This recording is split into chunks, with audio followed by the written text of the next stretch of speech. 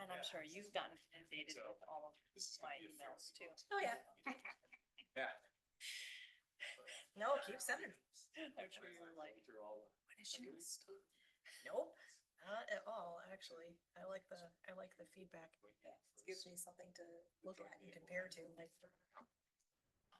Especially if I don't get around to a certain part of the city all of the time. Like, So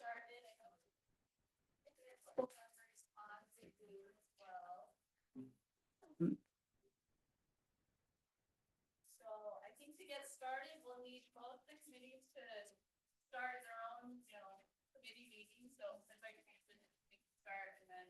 Yeah. Public Works. So, yeah. Yeah, that's on. All right, Ped Bike and Transit, we have a quorum here and it's 6:30, so we'll go ahead and get started. And Public Works has a quorum, so I call the meeting to order.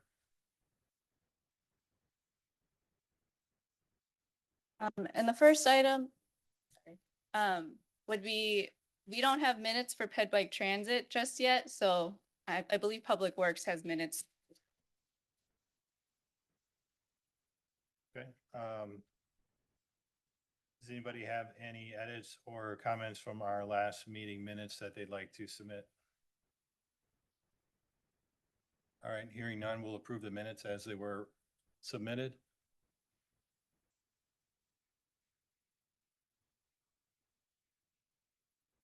All right, Yeah, item number 1.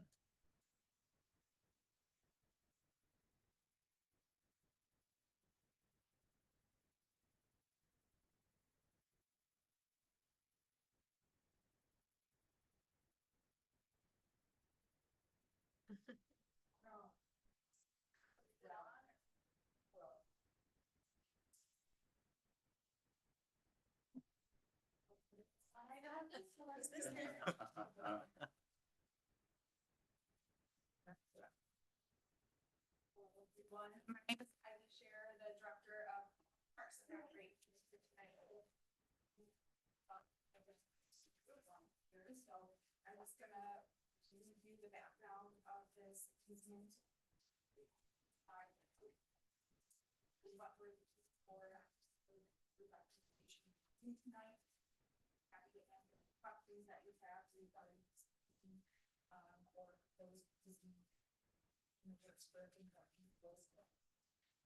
The current easement is on the north and maybe, this might be helpful as I'm talking through what we're not the map or one of the maps.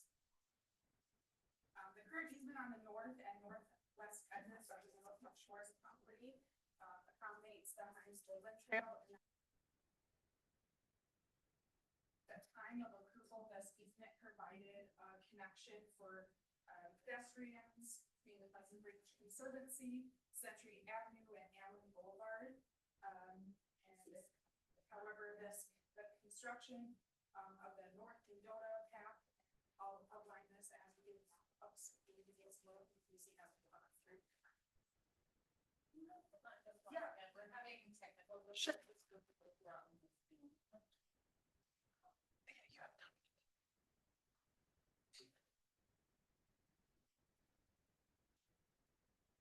Anyone who's attending via Zoom, unmute and let us know if you're able to hear this on the microphone. It's pretty hard to hear you guys. Okay.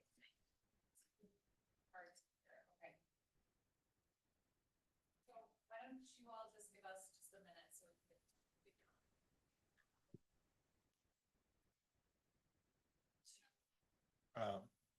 Alder Myers.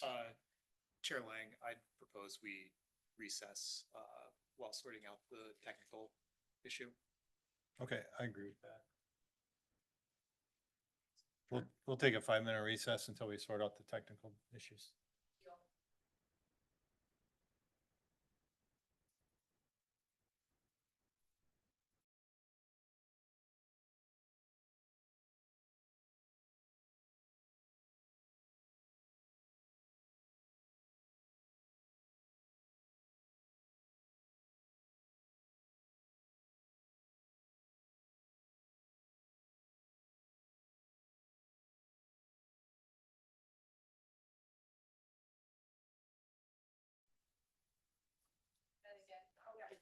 Testing, testing. Busy.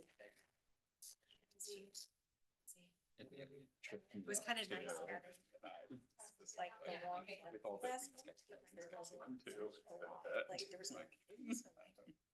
Better early than late, so. Hello, hello? Can you hear us now? Which does not. Hello? We're good. We got one. We okay? Okay, we'll call the meeting back to order. All right, Kylie, do you wanna take?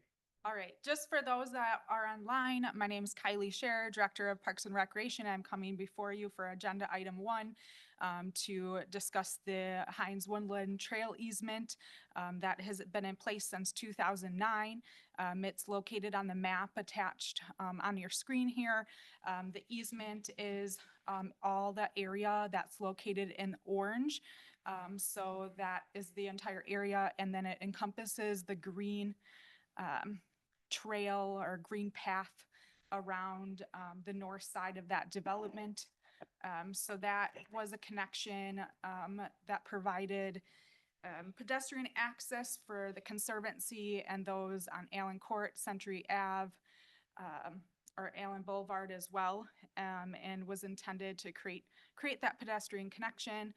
Now with the North Mendota path that has been established, running along the southern end of Middleton Shores development, that now in our perspective is creating that pedestrian access that's necessary for Pheasant Branch, and creating that connection that's much needed in the area.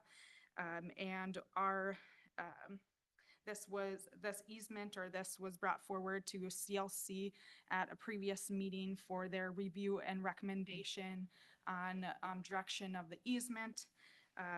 And just if you would like to show a few pictures of the current path, it's good to look at the condition of the current path that's in place, or trail that's in place. You can see there isn't consistent surfacing or width of that path, and nor is there signage that really calls out. This is a public path, and if any of you have taken this path through the back of this parking lot, I'm not sure if you have, but it's not in the greatest condition with all of our trails and paths throughout the community. Why we're looking at releasing it is because the North Mendota Trail has been put in place, and then also we have a backlog of maintenance and deferred maintenance that is very substantial for our trail system, our trail network throughout the city, and we'd like to see our efforts put forth to the North Mendota Trail, to our North Mendota Path, and to all of our infrastructure that we currently have that serves a greater purpose. So we would like to recommend release of this easement and to focus on the North Mendota Trail as path as access for the community. And so that's kind of the basics or background of why this agenda item is on here. There's also, if you can pull up the other map with the Middleton Shores development, there's also a proposed 7-foot wide access easement on the west side of the Middleton Shores development that would connect to this. This is one of the only developments or only neighborhoods that have, or only developments that have a surrounding and a total encompassing public trail around it, surrounding it. And so we just see it as redundant and unnecessary. But that is for you to converse tonight and come up with a recommendation to the Common Council. We're planning on taking this forward to an upcoming Common Council meeting for their review and determination how to move forward on this. I'm happy to take any questions or. All right, thank you, Kylie. Kirsten? So our committee did receive a email from Pamela Kossel. I don't know if that is how you pronounce her last name. And she is the president of the Homeowners Association of Harbor Village. And I would agree with what she stated, as somebody who takes this path 2 to 6 times per day, the North Mendota Trail, or path anyway. It has been closed several times for construction vehicles moving in and out, and was completely closed 2 weeks ago for several days, where the only other option was to cross 4 lanes at Marina, where there's no RRFB, or go around this path, or walk or bike in Century Avenue. So she had suggested that we keep this path open until phase 2 of the construction, or at least until talks of phase 2. And although I do believe it is in disrepair and in very poor shape, in some ways it's the only option when the North Mendota path is closed for construction, unless we can get a guarantee that that will not be actually closed.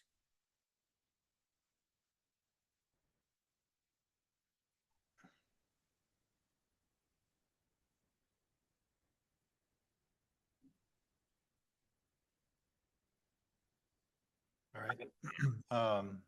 Susan West, you're recognized. I see your hands up. Thank you. I'm Susan West, Chair of Conservancy Lands. In response to that last statement, I would like to say that people can enter on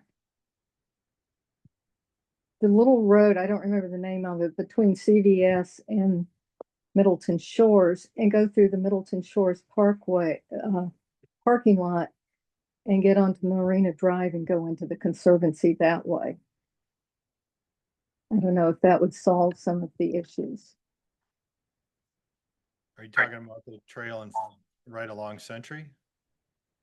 No, I'm talking about going into the Middleton Shores parking lot all the way to the back by the Conservancy. And actually the trail we're talking about closing is just, it's on the side of, in the parking lot where you'd be parking cars. It's right beside the curb there.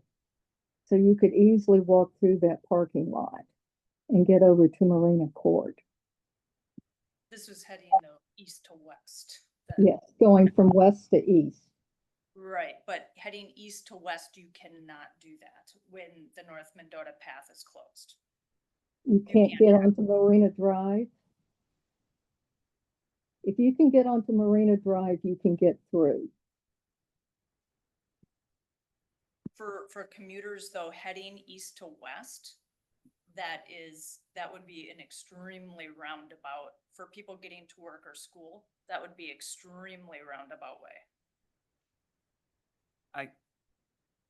If I'm not mistaken, I think Susan's saying because the path is right next to the parking lot, instead of going into the path itself, you would go into the parking lot. That's correct. That's what I'm saying. It's in the same area. Okay. And there's a nice trail going from the parking lot to Marina Court. In fact, actually, there's a drive going from the parking lot to Marina Court. Because 2 weeks ago when the path was closed, there was no way to get around unless you were to go on that path or across Century, where it was closed off. So the concern is during construction, when it's closed off, to still have commuters without an easy, like A safe safe path. or not something that's gonna take 10 minutes longer, correct? Is this for construction of Middleton Shores Yes. or of Century Avenue? 2 weeks ago it was Middleton Shores. So I'm not sure. Well, let me, let's stay in order here. Susan, do you have anything else? Your hand's still up? No, but I'm sort of surprised that Middleton Shores construction is shutting down Marina Court and whatever that street is by CVS, to the parking lot at CVS. Allen Court. I guess I'm not understanding where Middleton Shores new construction is shutting it down on Allen. Is it on Allen Court where they're shutting down? So they had the sign at Marina stating cyclists and pedestrians must cross here or go into the Conservancy to get around, because they shut down the North Mendota path for several days. Okay, And the signage of the path being closed was at Marina. okay, so you could still go down Marina Drive through the back parking lot around Middleton Shores and come out on Allen Court, going east to west. Because otherwise they're shutting down their parking lot for all their residents. Okay, so I thought that was that path though, I thought was a part of this path that we're discussing. I didn't quite understand what you said. It's okay. I can move on. Susan, do you have any other comments? No, Okay. Tim, do you still have a comment? Yeah. You're recognized. Just to make a point, I have used that path here in recent days and found it quite handy seeing that the new path has been closed. Just walking back and forth to grab groceries and things from CVS, it is a little bit handy. And I think Pamela Castle, is that her name? She does make a good point. What's the harm in leaving that open until phase 2 is complete? Kylie, do you know if releasing an easement would actually impact that ability? I mean, It wouldn't be open to the public. It would be private property, just as the parking lot. And so what I'm hearing is that to keep the pedestrian access during construction would for access to remain open when the North Mendota Trail is closed, and it has been closed for I don't know how many days, but it has been closed at points during the construction, and I don't know if it will be in the future, but I assume there will be periods of closure on the North Mendota path for that development construction. But yes, what I'm hearing is it makes sense to keep it as a public pathway easement and until construction's done. Would that I think discussion tonight to provide direction or that back would be the understanding if construction has concluded, what then would be would this be something that we should come back to, or kind of direction on releasing the easement after the construction's concluded? What would be the direction if everything in the North Mendota Trail is open and the development is done? The next step, we would still be recommending release of this easement. So trying to understand if we should still keep this in our cards. okay. I didn't see who raised their hand first. Alder Madden. Hi, it's Anna from Middleton Shores. How are you? So I think our issue here is that it's supposed to be a city maintained path and it's not maintained and it's dangerous. So we are amicable to either direction you'd like to go, but it either has to be fixed or given back so we can take care of it.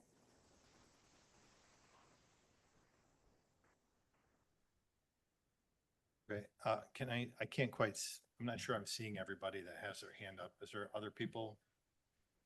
I do, Susan West. You have another comment, Susan? Can you hold on a second until we straighten this out? I can't even see hold Anna on.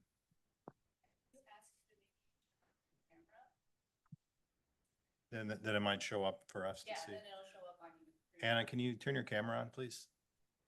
I'm sorry, I have children running around. No, I can't. Okay. I apologize, We but can't see when you're asking to speak, so. okay. Alder Madden had her hand up before I did. Okay, well, let's go to Alder Madden. Sure. So I guess preference would be to leave the easement in place until construction is done, simply because we do need pedestrian access.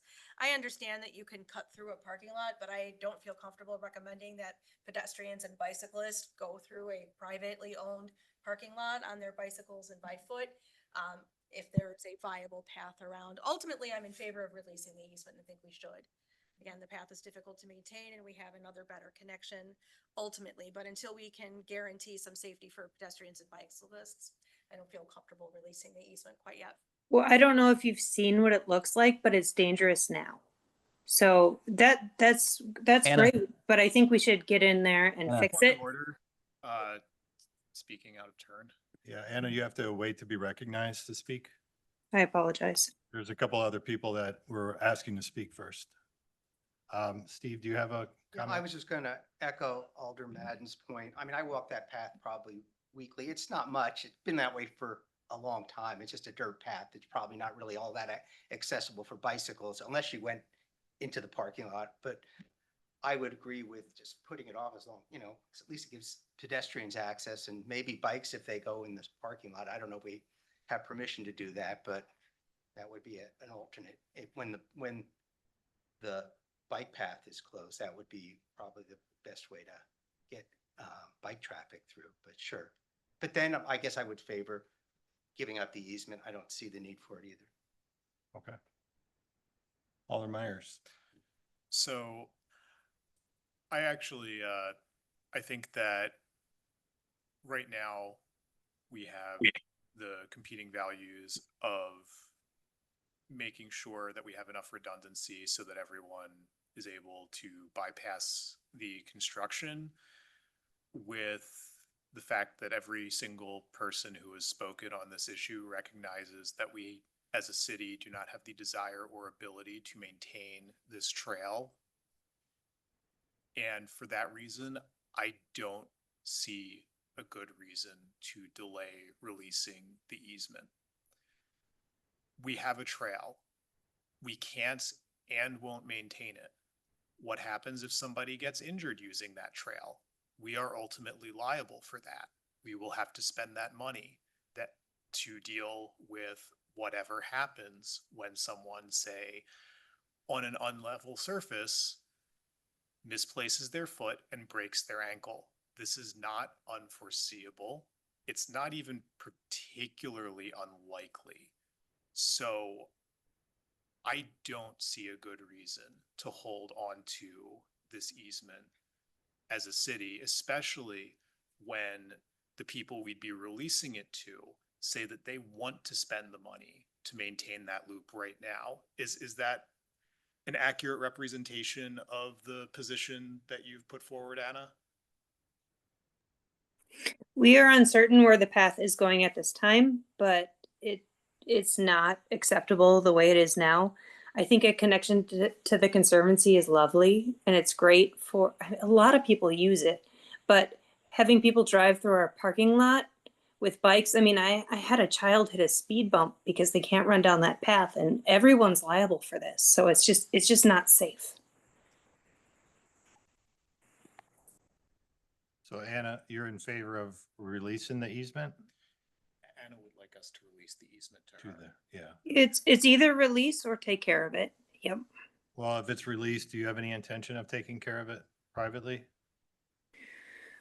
I haven't got bids on it yet. Okay. I'm not certain. So I'm hearing a couple different competing arguments here. So, sorry, go ahead. You're recognized. I would be fine with releasing it if the city made sure that there was safe crossings. So let's say the North Mendota path was closed, that they provided a temporary RRF at Marina for people to get across versus having to cross up Highland. Okay. I think I got to check in with Susan because her hand's up again and I think I have to. Susan, do you have another comment? Yes, I do. I agree with Charles. I think it should be released. It is not a safe trail. And the other thing I'd like to say is back in 2009, when this was first established, I was on council then. And The Middleton Shores management was fantastic to work with on getting this established. I've worked with them on other times and found them very helpful and agreeable to work. I think unlike a lot of property owners, they're very interested in the residents. And if you actually look at what's there in terms of gardens and so on, I really commend them on that. I would say first, I think the city should try to work with them and work out some arrangement so that the trail can be released and let Middleton Shores care for it. And during construction, perhaps have access to their parking lot.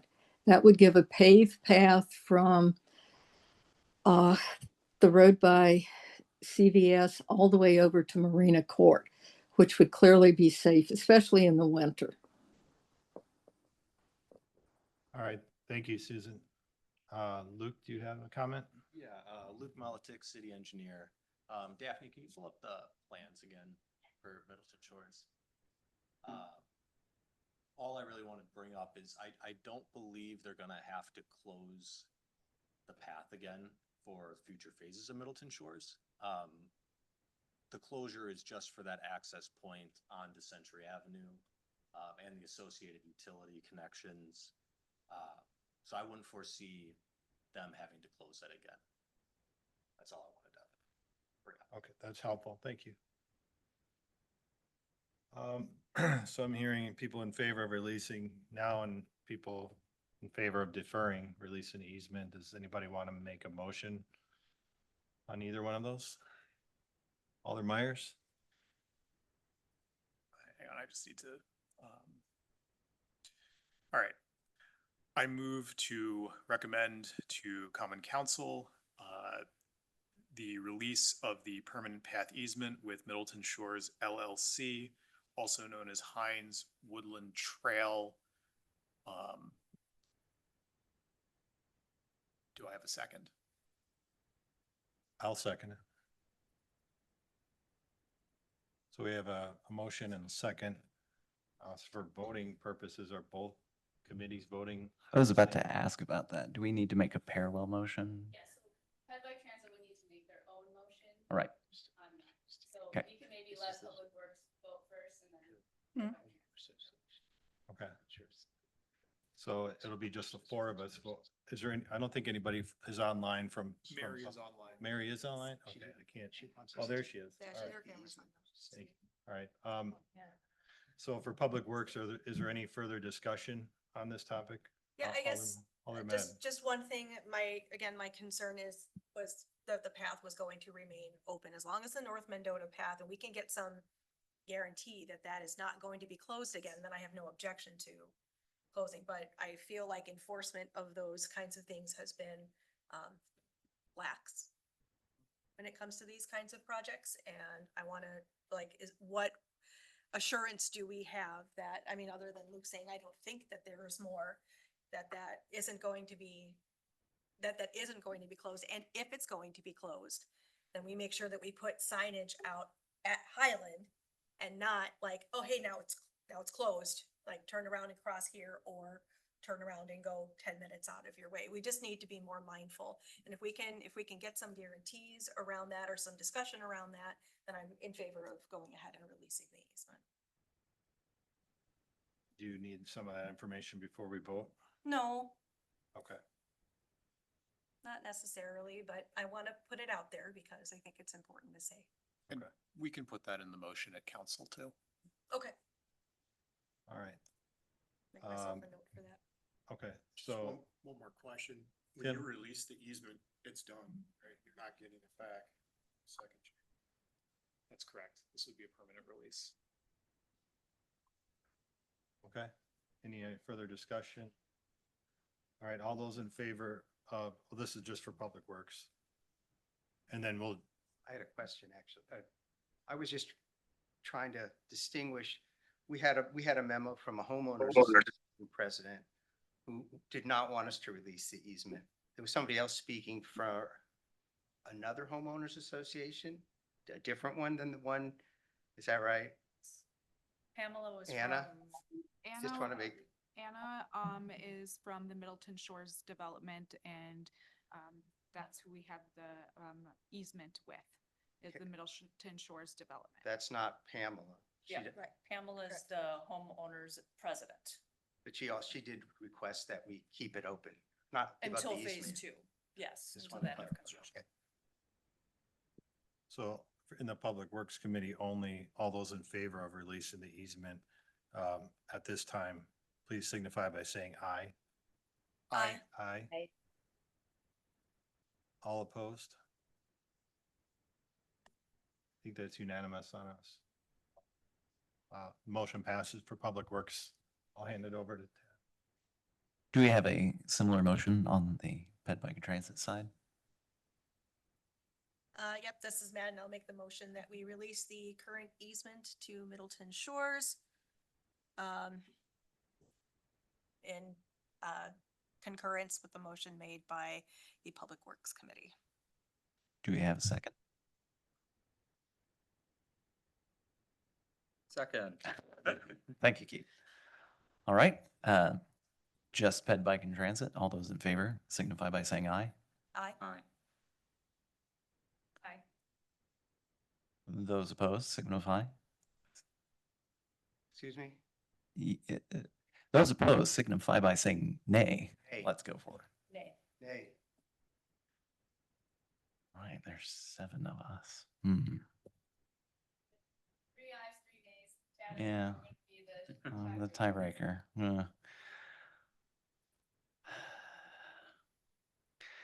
I'm gonna go ahead and say aye because we have the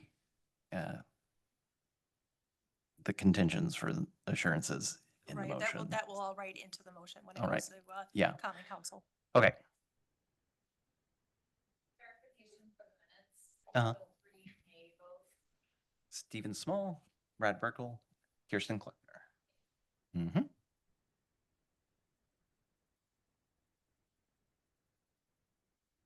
think that's it for item agenda 1. So we can go Thank you. I appreciate your time. Thank you. Our next agenda item is active transportation plan discussion recommendation on best practices guide.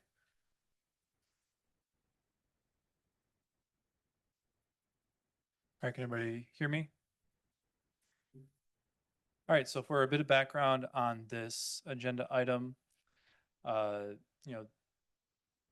of all, my name is Scott Heacock. I'm a relatively new associate planner, been with the city for about 6 months and overlapped a little bit of time with former planner Mark Opitz. In short, Daphne is the new Mark Opitz and I'm the new Daphne. During that time of overlap, one of the things that Mark really talked about is, how good the city's been on a lot of fronts with trying to make sure our path crossing locations with roads are as safe as possible through RFBs, high visibility crosswalks, and investing a lot of time and energy into underpasses. That being said, there are some spots where there is an unavoidable conflict point. 2 of the primary examples in the city are Goodwill and Costco.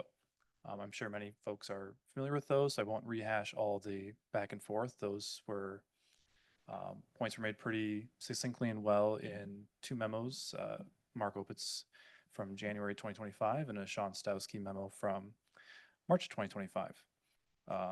Back in May, the Ped Bike Transit Committee requested to have a joint meeting with Public Works to discuss the usage of green paint at these intersection points in more depth in order to provide a more unified approach throughout the city. In that same time, we've begun drafting the active transportation plan. This plan is intended to provide a guide for a consistent approach to bike and pedestrian infrastructure throughout the city. And many of these other plans through other cities that we've reviewed, they often have a section that has general policy guidance around different types of facilities. So shared use paths, widths of bike lanes, all that good stuff. In drafting that section, one particular spot we wanted to hone in on is these types of intersection points. And, broadening the scope a little bit beyond just the color of paint, but, the different types of strategies that could be used to improve safety at these, including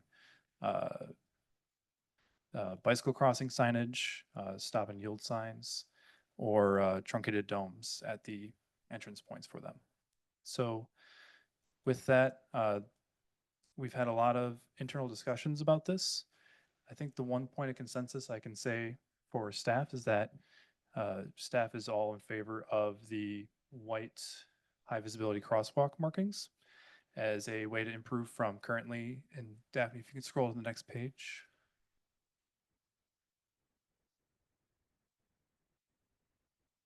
Yeah, if you can just scroll up a little bit more for the existing conditions. So at these intersections right now, they have the transverse crossing lines, which are just two straight white lines.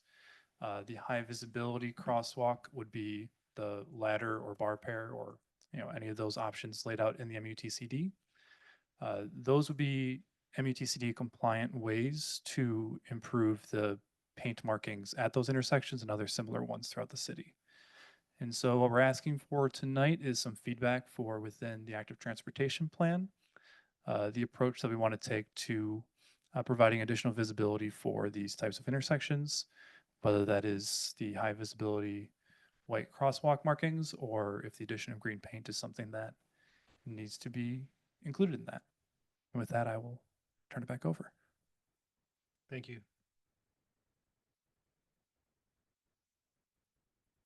Go ahead. I constantly speak on this.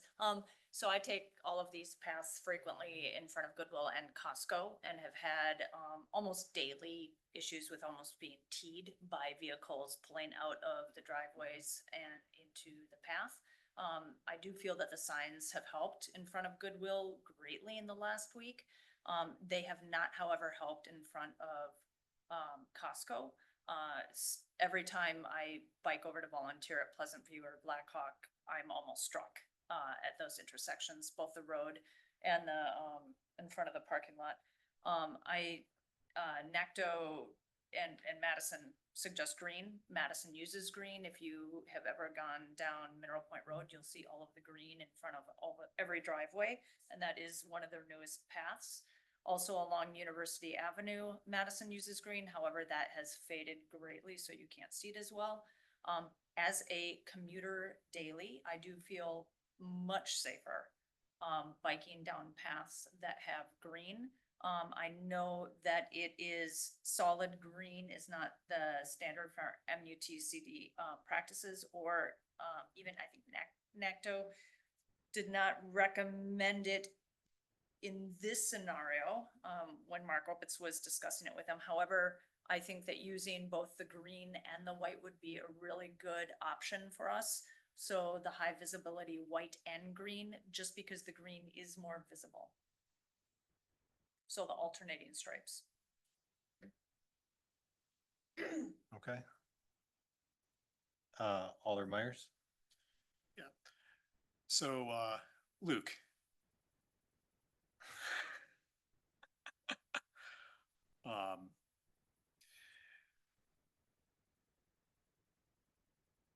Which of these options can you live with from an engineering standpoint? And I assume that you've all discussed this internally. Is there staff consensus for a choice? Yeah, so I guess I'll preface this by saying I'm not a traffic engineer. However, my understanding of the MUTCD is that it recommends green paint for solely bicycle facilities. I know Madison does it differently, and they work with FHWA and other organizations, so it's acceptable. My biggest concern would be that we don't have the internal capabilities to maintain it. At least in my understanding, we would need all new equipment for the green paint. And, there's the additional costs as well. So I think those would be my two biggest points there. And have you discussed it internally? Is there in between Public Works and Planning, is there an option here that both departments could live with? Yeah, I think as Scott said, I think internally we are comfortable with the high visibility white. Any of those options, we could choose different options depending on different scenarios.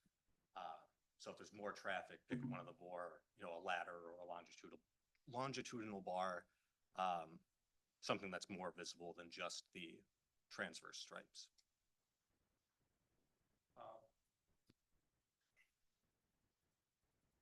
Yeah, we can just, yeah. For planning, one thing I'll add, and I meant to mention this in my initial, conversation about it, is, the benefit of these high visibility markings. It doesn't preclude the use of green paint in the future if MUTC guidance, updates to reflect more of what we're seeing on the ground in places like Madison and such. In the short term, this would be a really good, upgrade for these intersections where, the MUTCD guidance would be a bit, inconsistent on it. Luke, can you just real quick elaborate on that new equipment thing? That's something good for us to know about. So I guess Daphne, if you can go up, I think we had the cost there. I wasn't completely involved in all those conversations, but at least on a cost standpoint, to use green paint rather than white, it'd be about, $10,000 per crosswalk for an entirely green, crosswalk. And I'll let Ben speak to that too. He's probably talked to our operations manager about it more than I have. Thank you, Ben John, the Public Works Director. I just want to chime in about the equipment. So previous community that I worked at, we would do white paint for obviously crosswalks and everything. And then we use separate equipment for yellow paint, which we do curb markings in front of fire hydrants, at intersections, et cetera. So the paint, it's not something that you can just kind of switch back and forth in terms of the coloring. You ideally will have dedicated equipment to that. That being said, we obviously could contract out if we want to do green paint. It's an available option. It's not a cheap option, but it's certainly available. So that would probably be the first step for us as a city, is to have that contracted out before we take that on internally and make the investment. So, Kirsten? Do we know what Sun Prairie and Fitchburg are doing, since they're also smaller municipalities than Madison, for their green paint crossings? As of most recently, as of this spring, Sun Prairie was not using green paint. They might have since I was previously employed with the city of Sun Prairie, but as of this spring, they were not. They might be moving in that direction, but they weren't at this time. Okay. And Fitchburg is, and Verona is on some areas as well. Do we know what they're doing? In terms of how they're applying it? No, or if they have their own equipment, or are they contracting out? I am not sure, but we can certainly reach out and ask. I think it would be important to have congruency through all of the communities, Madison and the suburbs, because then drivers know what they're looking for.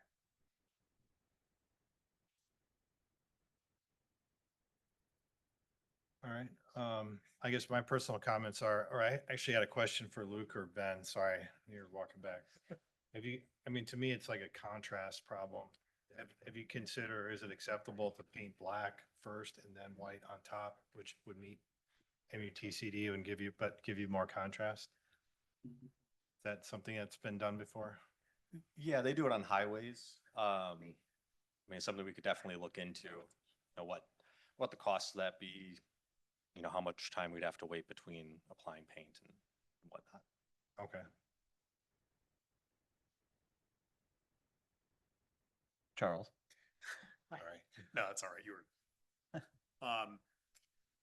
I think that while we sort out the green paint issue, it makes sense, because I think there's broad consensus here among everyone that we do need some sort of high visibility contrast in the interim, that we figure out which of the white paint options we like, and then we can sort out green paint with the contrast option there, so that we're doing something that's addressing the problem, and we can just keep the green paint conversation ongoing while we put something forward. Alder Madden? Yeah, I concur. I don't want to wait any longer to put these high visibility crosswalks in places. We can, as long as we're not precluded from in the future adding the green paint once they catch up with what the reality is on the ground, that's fine. We can use our current equipment, but I don't want to kick the can any further down the line and say, well, we're not going to paint this because we don't know whether we want to use or if we should use green paint. If this is what is approved and what we have the equipment for, paint it. Charles? Sorry, there is one other operational aspect that hasn't been brought up yet. The Middleton Operations Center is more or less out of space for vehicle and equipment storage at present. So it's not just a question of purchasing the new equipment at this point. It's a question of either purging a vehicle or piece of equipment or expanding the operations center. I just wanted to flag that for everyone, since I think I'm the only one who's been on a tour there recently. So just operationally, that is something we'll have to address as a city. Okay. So the way it's written right now, it doesn't mention green paint at all, correct? Our transportation plan? Correct, yeah. The draft right now left it more open-ended. I was waiting to update that section until we had some guidance from the committees on the approach we want to take. Okay. Kirsten? So Sunbury is going to be implementing green paint crosswalks as part of its bike wayfinding plan.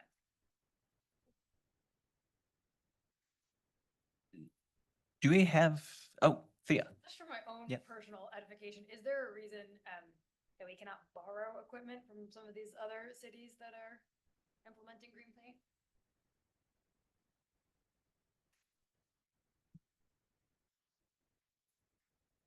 That's certainly something we can reach out to the other communities and see. Yeah, no, it's certainly something we could do.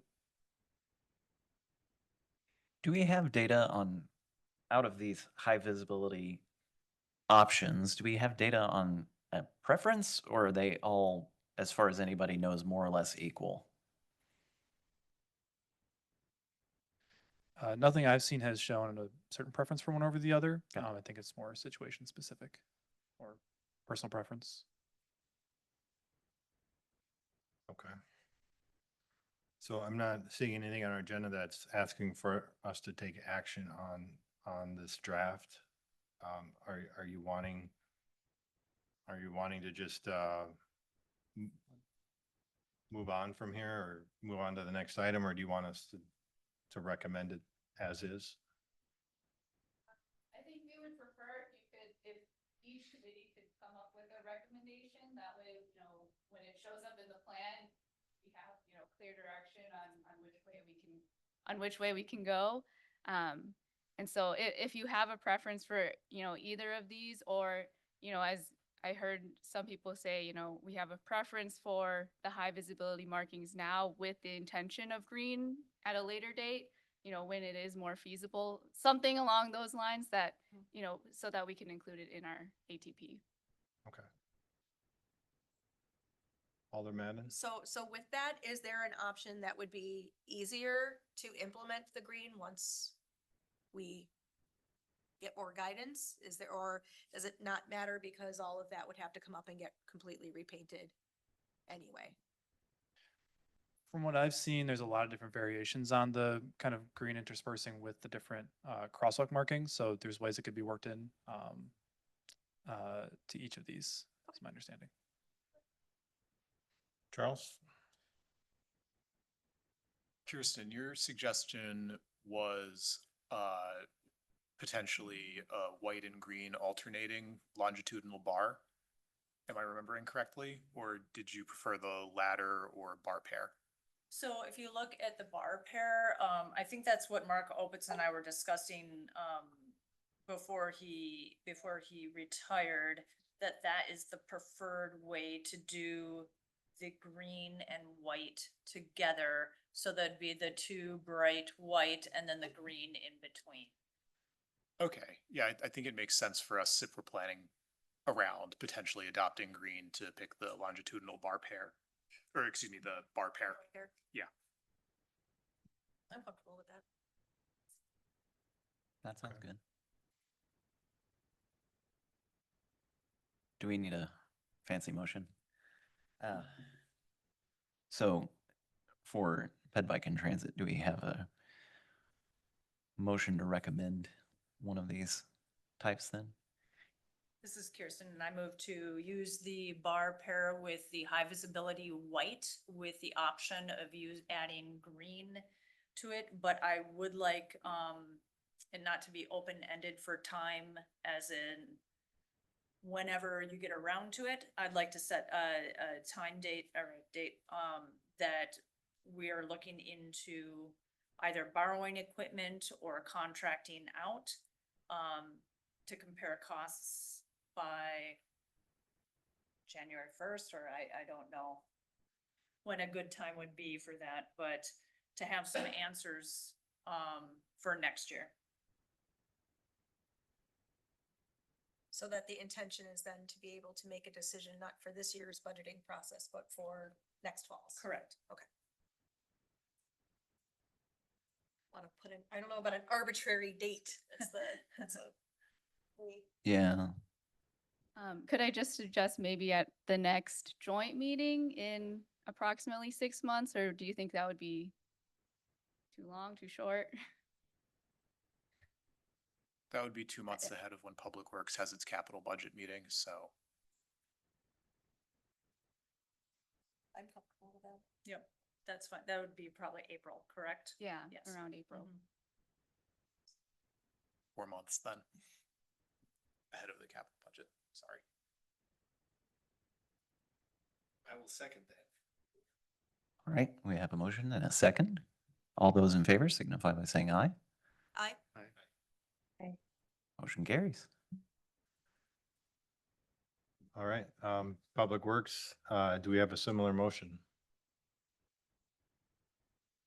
This is bad, and I will make a similar motion mirroring the desire for the bar pair, high visibility crosswalk with the possibility of adding green paint in the future, along with the goal of having the cost effectiveness discussion at our next joint meeting. This is Myers. I'll second that. We have a motion and a second. Any other discussion? No. All those in favor of passing the motion, please say aye. Aye. Aye. Aye. Mary, did you say aye? Sorry. Yes, I did. All right, thank you. Motion passes. Great. Thank you All so right. much. Thank you. Okay, so this is the part of the meeting where it can maybe get a little more fun for you guys. We will be looking over our draft bicycle network map. And so just to give an overview of this map, this is, oops, sorry. So for those online, this is probably what you're gonna see, but for those in the meeting here, you guys can maybe gather around the printed maps we have on these tables. And basically, you know, the solid lines are what we have existing in our network right now. The green ones are our shared use paths. The blue ones are more of our on-street bike lanes. Something that is new in this map is actually this more like cyan color, which is our local street connecting route. Basically what that is existing, you know, it's just on street, just the road, but these are kind of low stress routes that bikers would more likely frequent. So for example, the most apparent one is Elmwood / Old Middleton. You know, we have a stand there during bike week for a lot of the bike commuters that go into Madison, because it's a good, safer alternative than biking on University Avenue.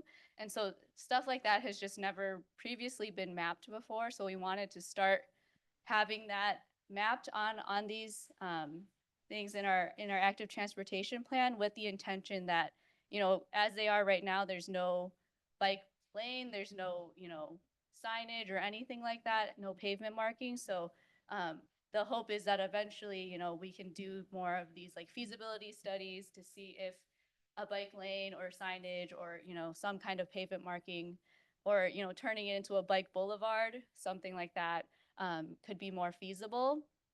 The other thing to note is that there are various shades of dotted lines. And so the the light green, thicker dotted lines, I think you might be able to see it a little bit more clearly on these maps in person. Those are our planned shared use paths.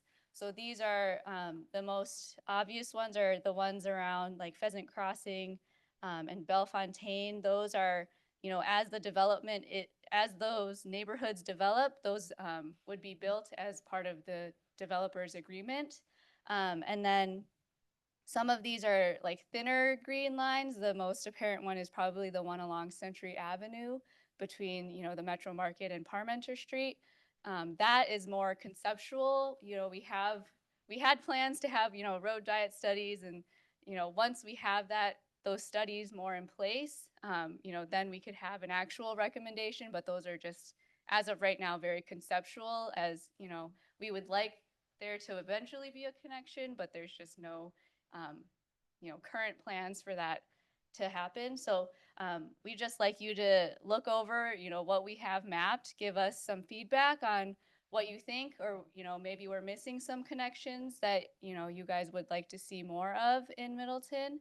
And then another item we would like some feedback on are any pinch points in existing areas. And so I know, Thea, you mentioned some in your email to us, so thank you for coming in person. But yeah, we would like to hear any of that. And, you know, we have a lot of markers on the table, so if you could jot those down, and then we'll be taking pictures of these to be included in our active transportation plan as input. Right. All right. Let's do it. And just to clarify, you want us focusing on bike, not pedestrian pinch points or pain points? Yeah, if you want to mention some pedestrian ones, that's totally fine. It's just that, yeah, right now we are focused on bicycles. We will have another more pedestrian focused one at a later time as well. Yeah.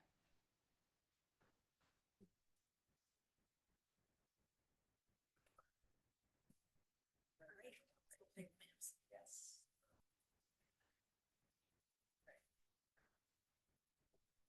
We draw on these? Yes. Yeah. So that's why I have all these markers here for you guys all to start drawing and start noting things down.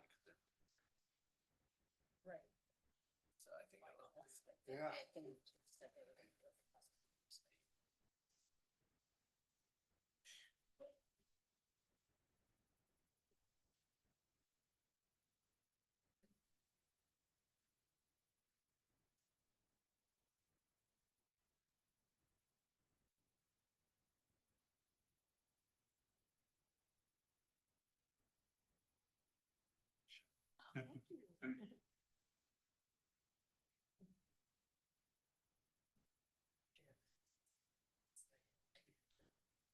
Oh, I'm just with that music.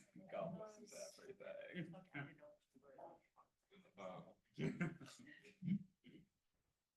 Actually, you guys, I didn't talk, it was a band. I just liked the physical show.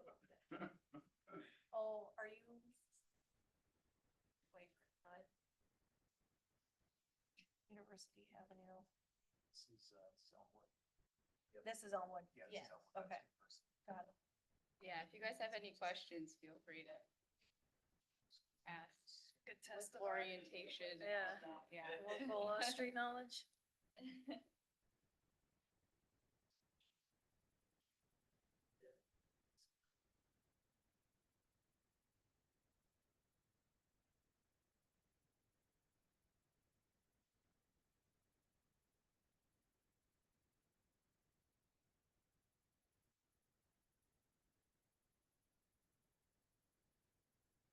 With the reconstruction of Precinct Park, are they planning on finally repaving the connector path at the end of Park Street that leads? That has been something Yeah. that I've been talking to Mark for about 6 years. That might be a better question for Kylie, maybe? Do you know if? I haven't heard of this at all, but I mean, we Yeah. have a connector. Where, so the connector where Park Street ends. Can we, I have a really hard time because This is visual. I've told them that I need the parks on here. I cannot see this. Well, so this is Oh, wait, actually, that's not- This this is is- Precinct Park. Precinct Park, I'm sorry. So Yeah. Precinct Park, okay, so where Park Street ends, there's the little cut through path. Oh, that there's goes- 2 sidewalks. Yep, there's, if they go like this, Yeah, they have been in horrible shape for about 8 years that I've been on. It's your sidewalks and They're just terribly Oh, not potholed, the sidewalks, but the path, the pave. the this path. paved path Right. here. Right. Yeah. Yeah, not the Just sidewalk, Yeah. the block. Yeah.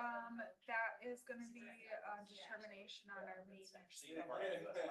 Because in the winter, Like, if- you can't get through it. They fill up, there's potholes and they fill up with water and ice. They're Yeah. just horrible for kids to get through. So if you guys have questions on like, if anything's gonna be redone or repaved or anything like that,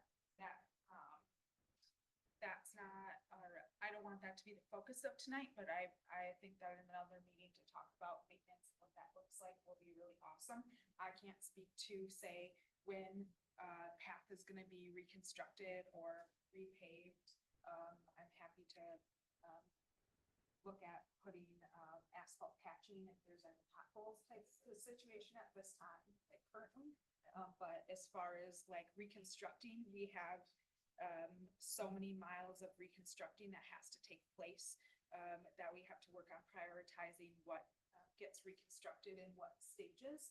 And so maybe that's a part of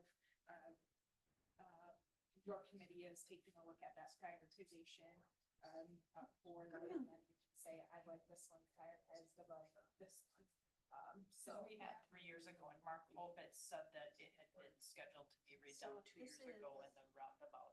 Oh, and that was, maybe that was with streets, right? That was never a part of. Yeah, mine. well, cause the roundabout is along Parmenter, but Parisi doesn't, I don't know if there's a roundabout. by No, there's Parisi. the like turnaround. and Oh, cul-de-sac okay. Turn it around. Yeah, when Okay. that was repaved, then that Oh. path This is was the spot right supposed to here, be, right? yep, then that Yeah. was supposed to be repaved. Yeah. 2 years ago. Okay. Pretty bad. Yeah. Yeah, I think that could be, yeah, it'd be great, yeah, I think, I mean, that is like a pinch point, as we were saying, so if you could just note that. And it's really That outstanding. way- It's very. Yeah, and then that way, as Kylie is developing her, prioritization, Yeah. That it is something It'll we get can look pacer at. rated. Right, with yeah. that. Asphalt will get pacer rated. The sidewalk program is a part of our public works department and their maintenance program. yeah, But I know that's it's all together there with streets, sidewalks, pavement. yeah, Just Sort because of From at high parks. school, all the kids use it. Yeah, they And use that needs this to be one, safe. this one, right, or they use that Oh, one a lot. yeah, For sure. yeah. There's actually, that park has I live at that intersection. 5 or Yeah. 6 entrances. So it's most highly accessible park. Right, yeah. I know what's going on. Can somebody help me locate the left turn onto Elmwood? Yeah, Down right, Park? yeah, so, This is Park, right? so this is, as it is right now, this is our conceptual. Elementary school? Yeah, I think it's like right here. But we don't have anything in place right now for it, so. Just having Right a now, this faucet is or something yeah, would it's be kind of nice. noting to the public, like, we would like to have something there, it's just not, we don't know. if it's possible. Pinch point, yeah. So, At my I mean, spot, mine is on. so the fact that it's here, Century like, as it's a probably brand. gonna stay here unless someone from the We committee just get says, with like the wide maybe- sidewalk. Well, the sidewalk thing. is- Yes, yes. yeah, that was. I mean, But, it yeah. should be Right, yeah, I mean, that's what we thought too when we put it on the map. but- Where is it? I Yeah, missed it's it. right here. If you Where- wanted like, this is do like the- a this plus will be the one, new or I bridge, don't know, which like I think something could to be say, part of that you're construction. supportive of Right up that, I to- think that could up also to- be very helpful feedback. Refused to more or less have what I was that gonna put do. on. Oh, that's Yeah. over here, right? Oh, that's on this Yeah. side. No, right by, Just doing a This bunch is of like Donna pluses. Drive, Frankfurt, right? okay, so right, So Yeah. when you come up. Oak Creek, is that what you're talking about? Oak Creek? Oh, yeah. Oak Creek, yep, so these two houses, Yeah, there's just like, there only are 2 houses. they refused, and so we can't use eminent domain. We wanted the path to continue, but those two Hmm. houses declined. In fact, one of them put the fence even closer to the sidewalk to try to. I know that one there. I think there's dogs that bark. Yes, that's it. Yeah. But the encroachment, is there make the sidewalk. The sidewalk is. Yes, yeah, uh-huh. That way, and pedestrians. So we can say encroachment issues, ongoing encroachment There you issues. go.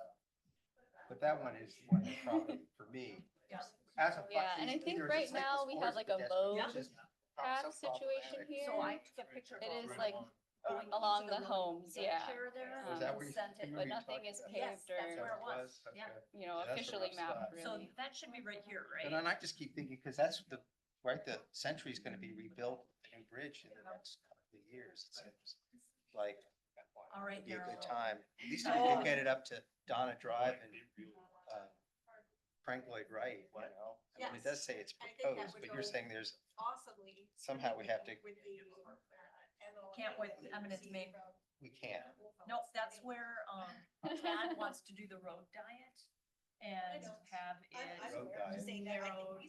So Tad is proposing that we do a road diet For there. many reasons, but there's, I mean, because you've got the. From factory there, heading Kiva is right west across the. to bring it down to from Branch Street west, one lane with a center turning lane, and then have, bike lanes, because we cannot have a bike.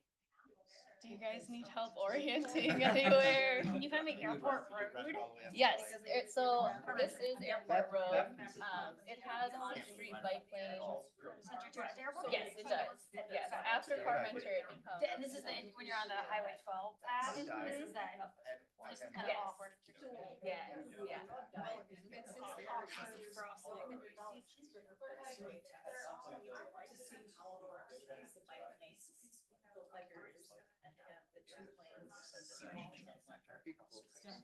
But yeah, that section, I mean, I do ride that way. I drive that way. But bicycle, you know, we can't, there's no way you can go. Well, actually, almost from Pheasant Branch all the way And you west. can't even pass two pedestrians going. And the sidewalk is terrible. Actually, all the way. All the way to Palm Beach. It's like one of these, I don't know, it's probably 3 feet. So, and I've got people here that they approach and stuff so fast. Sure you guys The are one next to identifying? your house. Yeah, Kim, you can go ahead. All right, I'll Yes. bring it all the way. Road diet, here we go. I like that.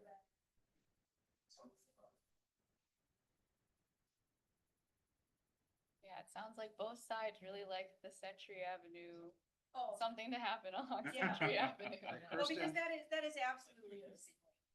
Yeah. It's writing, because that's, I go up in Parmenter, if I wanna go anywhere in here, I can't. I've gotta go either here, or if I wanna go, yeah, it's just, it's a. Well, it's a problem, we were saying, for pedestrians and for cyclists, because the sidewalks are so narrow and then there's not this encroachment from the properties there. It's actually a problem for cars too. I drive that because my son's daycare is there and I live here, so I drive this entire stretch of Century. There, so yeah, I drive. Oh. I drive that 4 times a day, and the problem is that the road is designed like a highway, so people drive on it like a highway. The speed limit is 35. People drive on the roads as they're designed, so. Yeah. So we cannot put a path along here either, because the apartment building right across from the co-op So is this, is built too close. to this the is where sidewalk. you So can we get cannot onto. build a path there, bike so we'd path have to do a on road 12. diet along University as well. I know that's The hot too. Pelican, yeah, because they placed it too close. As you go through parking lots up there.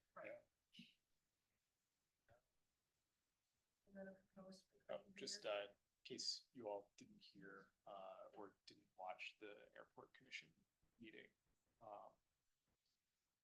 The airport is very in favor of getting B-cycle in at the airport. Because pilots, they fly in, you obviously cannot fly your plane to a hotel. That's a good point. Yeah, Case I've super never had interesting. thought of. Cool. And then if you have the other B-cycle general area of the hotels. Yeah, all sense. Okay, I'll give us maybe 10 more minutes. It seems like we're maybe slowing down. I'm gonna Yeah. Not so much slowing down, trying to figure out. try. If you wanna need help orienting Sure, okay. anywhere. That's always happy my to- like. Yeah. This is Yeah, Cedar West Crest is here, today because of a shower accident. Highland to Highland. So I'm like, Oh, yeah, It's a little, so this is the. Yep. That's the Cheryl. Mhm. So the Cheryls are placed under where cars, park. Parking. It's not they're not in the Visible. middle, or not Mm. visible at all. Mm. So we need to move the Sherrills out in the middle of the line. Okay, yeah, that's a great point. Yeah. Yeah.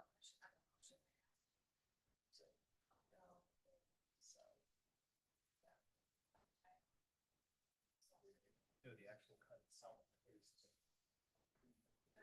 Yes, this is another part of the ethnic group. Two Right, houses. right. And that's where it goes on Highland and, Right. yeah. Yes, and then people will cut through the condos to get onto the Oh, Ridge, okay. which is a private park. I I know. do it every day. I That's see it all too. I do. Yeah, I you live just go right right here. behind.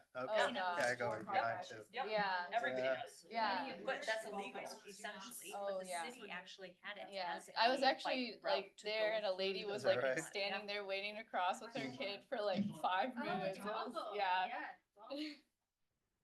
Whiz by, yeah. That's a bunch of pedestrians. That's a-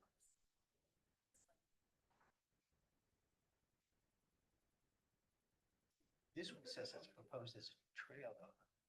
I guess they could, this is where there's open land still, right, for the shelter that's gonna be built. Yeah, That this pheasant is for brand. that trailhead. Right, So I so actually believe you have, we there's have room to do enough. a bike trail there. Yeah, there's enough, I believe enough space to do Ah, a shared yeah. use path, and then this is where that first, I think, single family home might be along Right, Central. yeah. well, actually, Mark said that the two homes just east of Oak Creek did not give easement.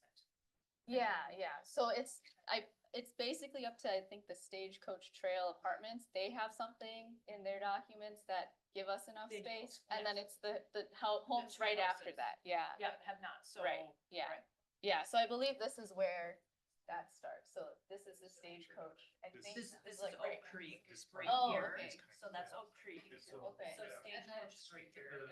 The dark green extends to where Middleton Hills Technology Center is, so that's been part of a lot of the Yeah. design plans since, it was in the 2009 plan, it's in the comp plan version of this map, so that's one we wanted to keep as part of the long-term vision, that it's a little bit more, it's a little bit more fully baked than some of the others. When's the bridge reconstruction or the road reconstruction on Century gonna start? No, there's not. 2027? Yeah. We're getting close. Oh. Yeah. Closer. Well, It always seems so far away. Yes, so this green one is the Cayuga connector, and then this is the intersection. Yeah. Yeah, so that needs to have a much safer crosswalk Yeah. and crossing. Definitely. So I'm gonna. And high visibility, that has been all over Madison Bikes. Yeah. Yeah. Oh, yeah. Lately on Facebook, I mean, Madison Bikes, yeah. All of the Madison Bike Committee members have been freaking out about this Oh, okay. intersection publicly. Yeah. Which one? Where the Cayuga Trail. and Dumpston, University. because Okay, yeah, yeah, yeah. other, it's Yeah. just not a safe crossing, Right. so you have to go. Yeah, makes sense, yeah. Highway K off the map it is, right? Did you guys do anything? That That is a one's good fine. question. Highway K.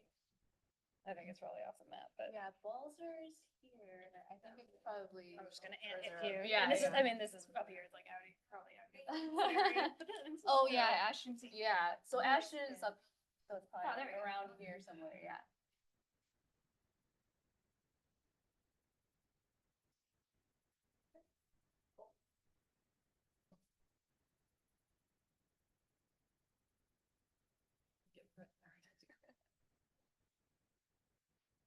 Okay, 5 more minutes. There's the environmental. That's actually. I like everything. Yeah. Yeah. Oh, yeah, yeah. That's interesting. Yeah. So. Yeah, what is that word on that? Have a good plan. I had my brothers. Oh, I mean. I recently ran a ski track. Yeah, now got it. And we got to upgrade this whole thing, right, to BRT. Not sure exactly. where it's at. Have a station somewhere, probably no place. And then Niagara Mountain A little bit there. more than 6 You know what, right there, right on that. Yeah. And where were you before this? I was working for Van Wall Would it? I know. This is, this is a proposed. I would love both R and F to be our BRT, especially with all the development Trail? going on in Middleton Shores and on The northern part of Pheasant Ranch. Grateful for public servants like you guys. This is a shared use path, is what that is, right? You're sharing our. Staff changes. There is a grass. Yeah, there is a grass, although, is this up to the road? Yeah, I think this is Pheasant Ranch. Yeah. Road. Must be, yep, because there's the, Yep. I think this is Pheasant Ranch. But back up through this, I think what the road is up here. Baltic, yeah. Although right now, there's no, trying to figure out where the trail goes, and then it swings around. I know. And now with all of the development here. Right. There's actually a new one that goes up here, actually does a little bit of this, and then it comes back. They're proposing a paved trail, which would be Oh, write nice. it. Please. Maybe they'll cut the hill, I don't know if you're right, there's that hill, I hate that hill. You start out, it's like, oh, I live there. Tad, have you met Tim? I have not. Tad. Plus, actually, the thing I don't like on that road is you're coming, especially when you're coming south, you can't see the cars coming up from the south. Yeah. And I always say really far to the right, because they feel like they're gonna- it's a blind spot, it's gonna smash, I'm gonna end up on somebody's hood. Almost crying. You know? That'd be nice. Did they fix the High Point Road that you were, High Road? No, okay, not yet. So much worse. Really? Sounds stressful. It's fun. What it is. Right. Guess how much overlap there is between the maps? That was interesting. Oh, That's okay. Yeah.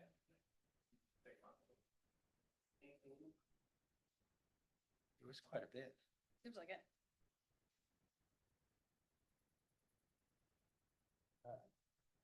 Okay.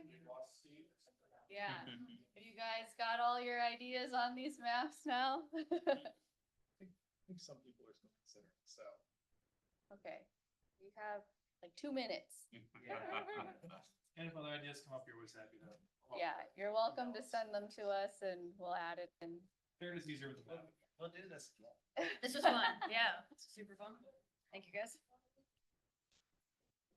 These.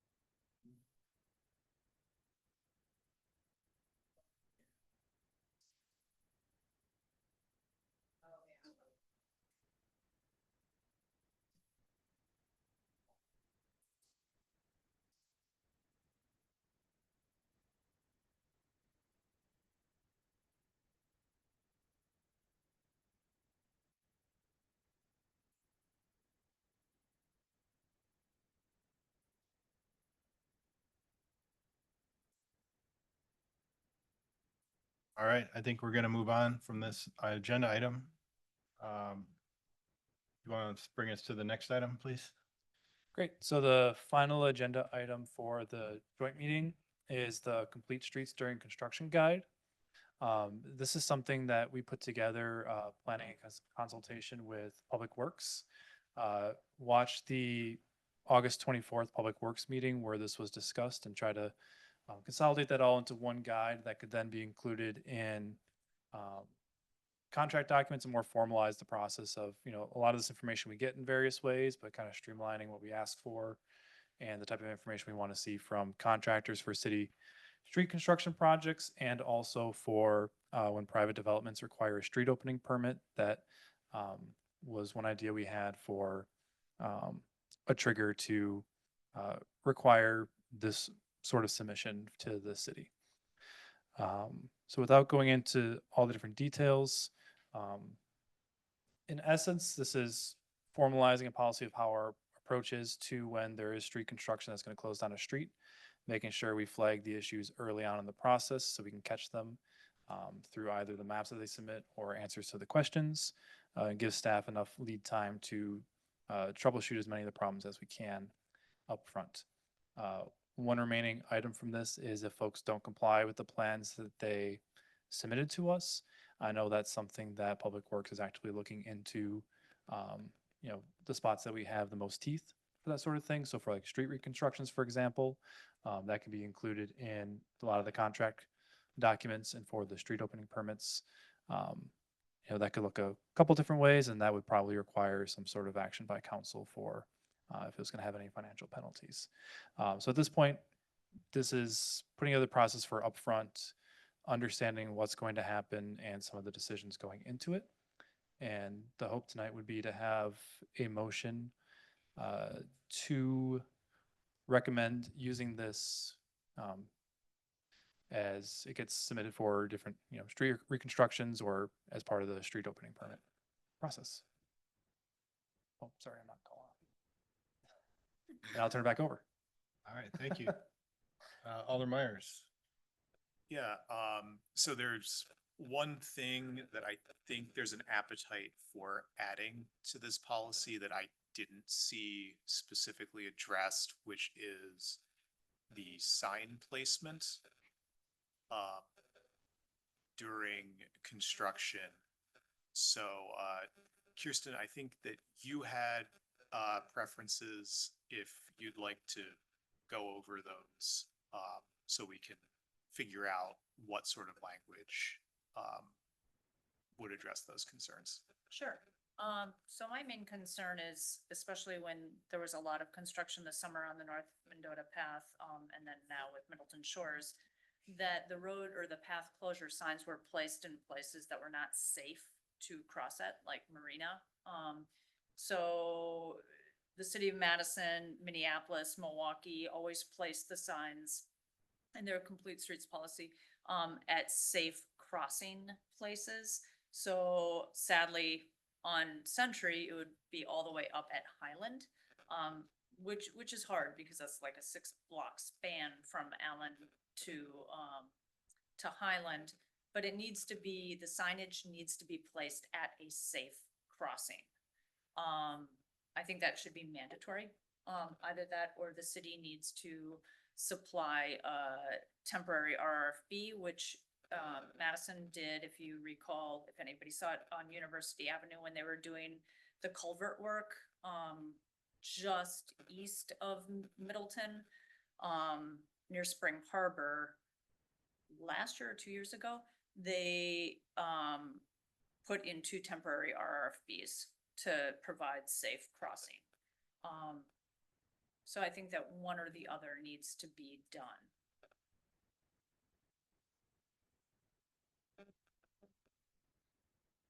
I would like, oh, keep. I just had a question.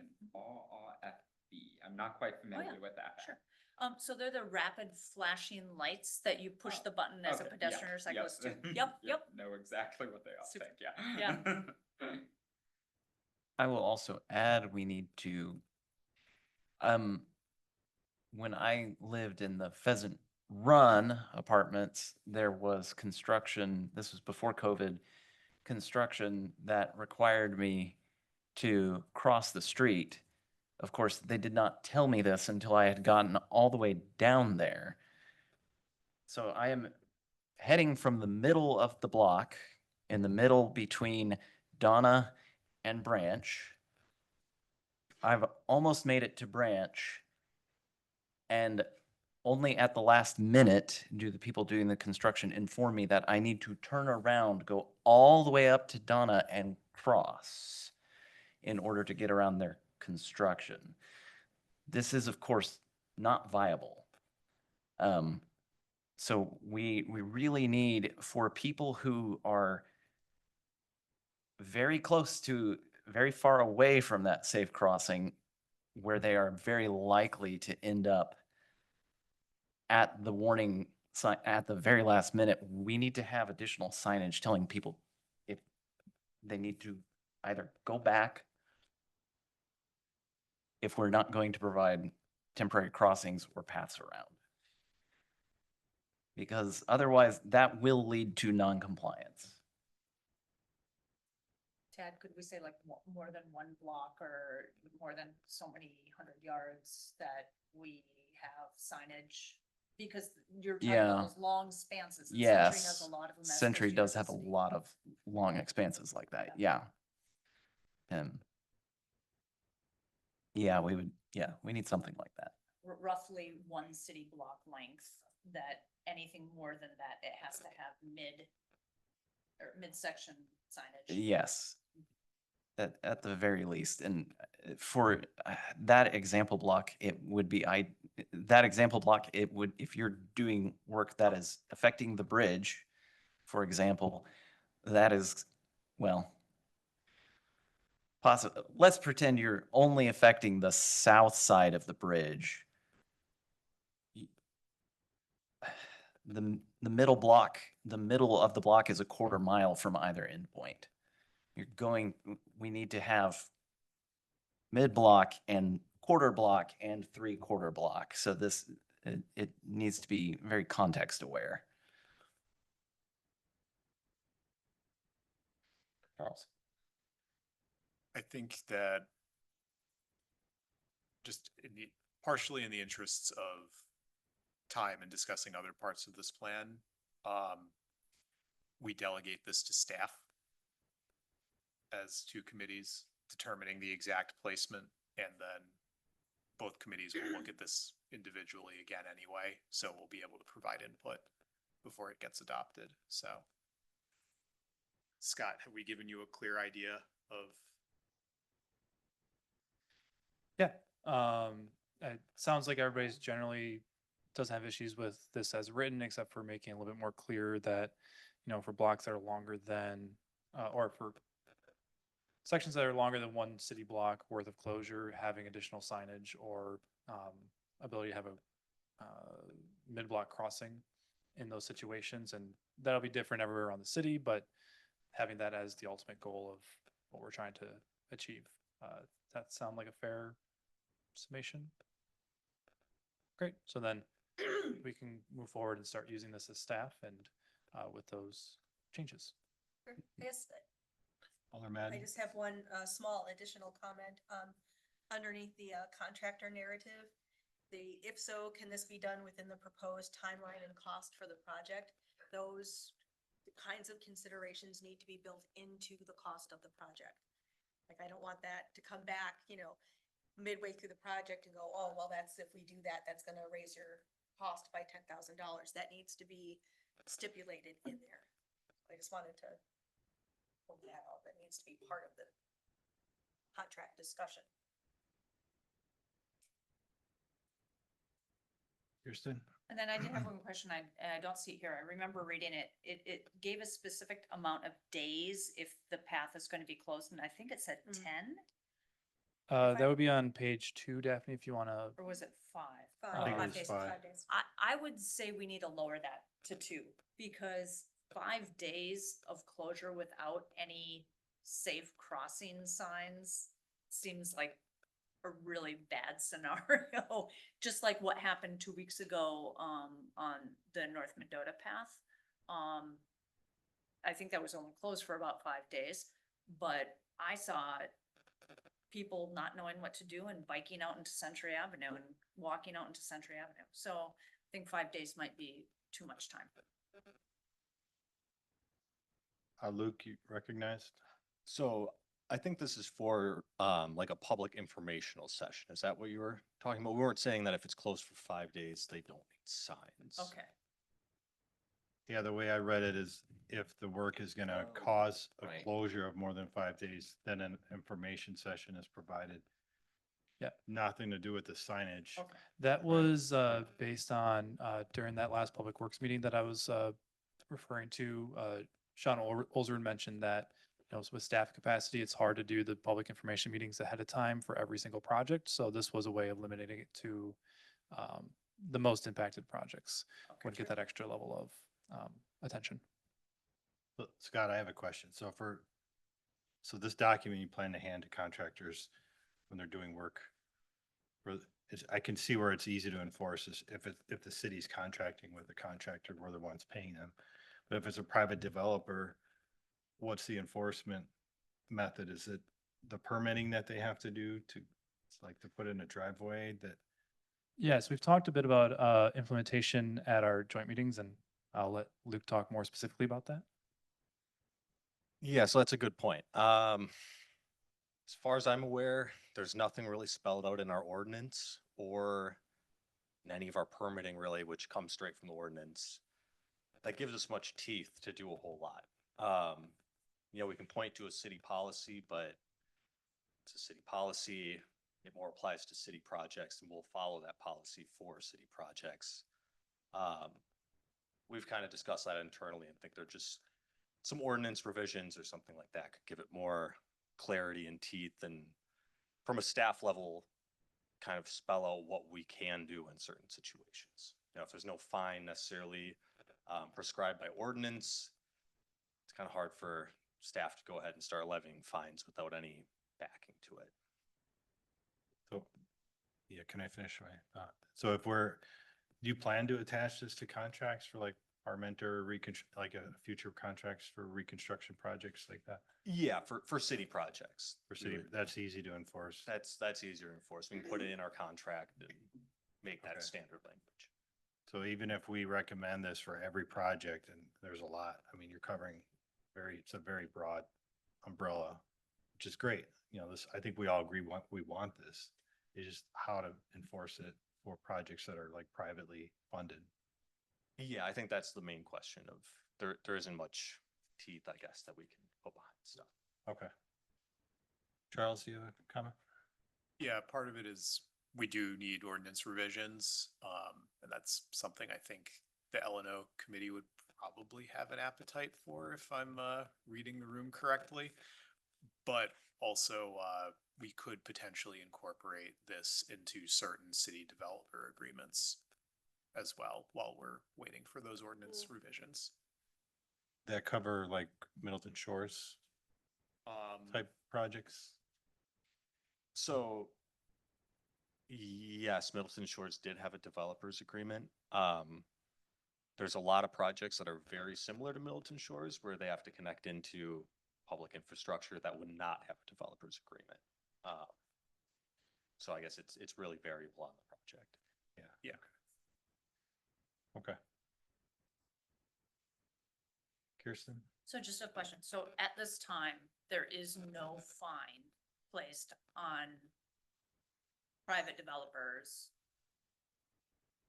if they do not follow this, correct? Yeah, as far as I'm aware, there's no essentially way that we can levy a fine. So in our street opening permit, really all we have, I have it over there, is that if the work is not done to city standards, we can come in and do it. So that more applies to like patching the roadway, patching a path, stuff like that. We can come in, do that work, and then charge the developer.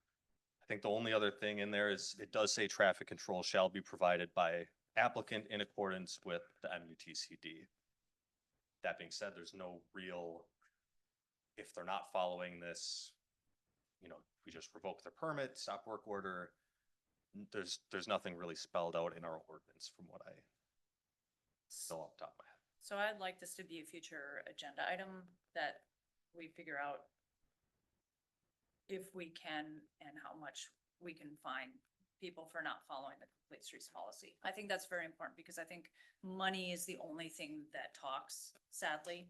And I think that there needs to be a monetary payout to the city if private contractors are not following this. And if it's a city project not following it, I think that we need to figure out some sort of fine either into sustainability fund or the pet bike transit fund or something like that. People need to be held accountable financially. Yeah, I'll just say from an erosion control standpoint, as an example, we have the authority to stop work, issue fines, things like that from the ordinance directly. So those are things that we take with according to those non-compliance issues. There's just other areas where it's not spelled out. Well, So maybe if we could get that as a next agenda item then to figure it out, how to fine contractors that are not following complete streets. Okay. Any other comments on the policy, the way it's written?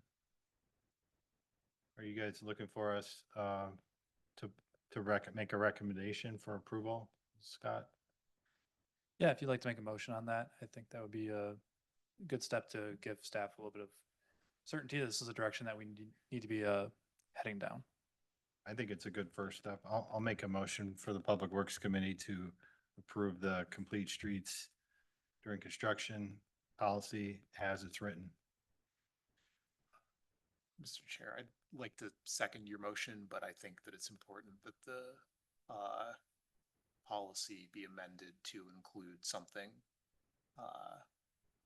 for sign placement during construction. So perhaps would you accept a motion of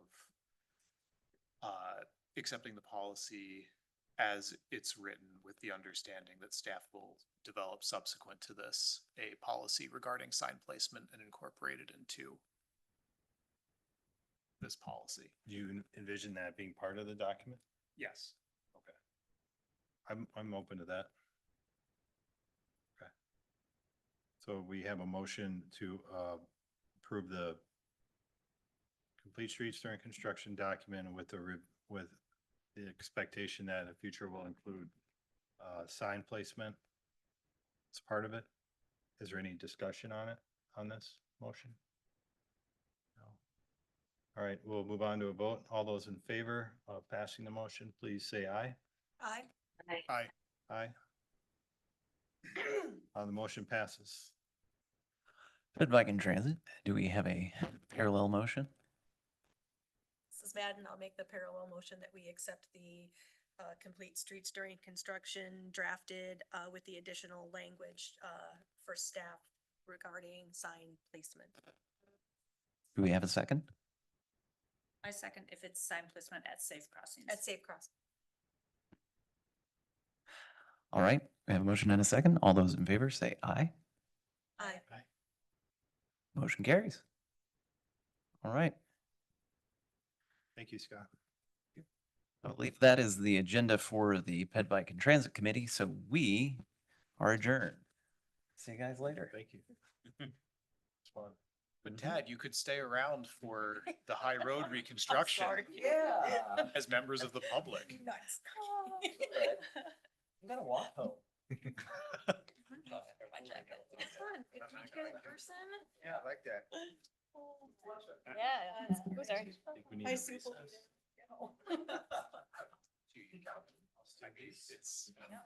traditionally we've after recess, so President Wilson going up an hour, 40 minutes, so. Yeah. To keep with tradition. Ben, are you okay with a 5-minute recess? Yeah. All right, we're gonna take a 5-minute break just to, yeah, so everyone gets. Attend to personal needs. Yep.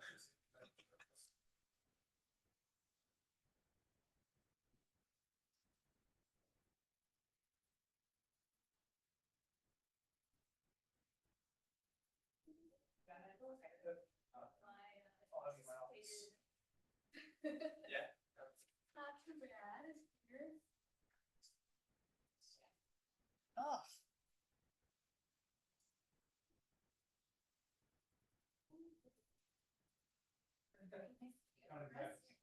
Fantasy teams get crushed this week. Hey, at least it's not your real team getting crushed. Yeah, that'd be great. I have a Cub thing. Here, I can take martyrs. Oh, no. Oh, yeah. Fair enough.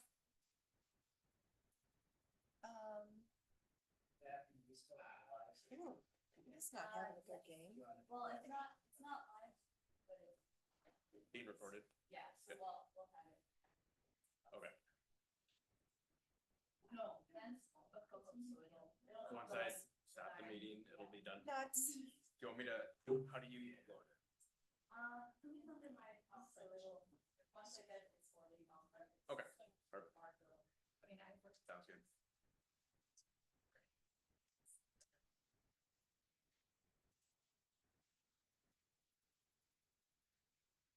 was ready for that. Yeah. I wrote that. It's just like.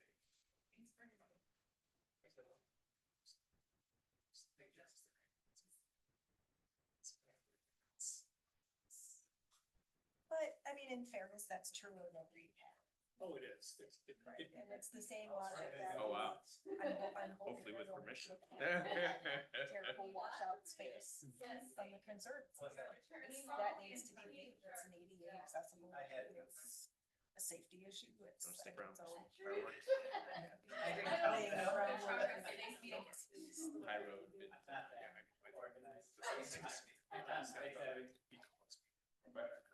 That we got. Okay, that's fair. That's fair. Thanks, Scott. Good work. Like. If we played it a little more like. This is the thing. That it might give us good options. But we did. So that's where we're at, and I'm actually fine with it. Yeah, I think that.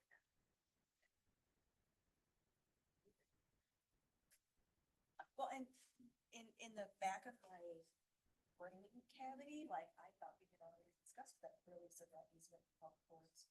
But I must be thinking of something else. Another, got it. Yeah, Jessica. I meant to, I was on vacation last week, and I had an email Brian, but. It was a staycation. I had. Our letters. Yeah, you know, I got a million things done. I finished all of my laundry. I rearranged my closet. I built all of the IKEA furniture I bought a month ago that's still been sitting in boxes. Yeah. I did not do the floor. You know what? Excited. Go out to lunch with my buddy for 3 hours till the afternoon. I'm like, you know what? Let's do it on vacation. So yeah, that actually worked out pretty well, but that's one of the things that's on my list that I didn't get a chance to get into. I'd also, actually, I was just in one. Mm. This morning. Hopefully, Okay, thank you. Video work. Yeah, thank you, Dan. It's a great job setting everything up.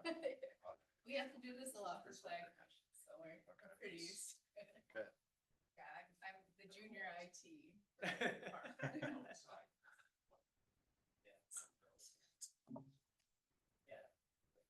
We ready to get started again? Sure. Okay. Everybody's back from.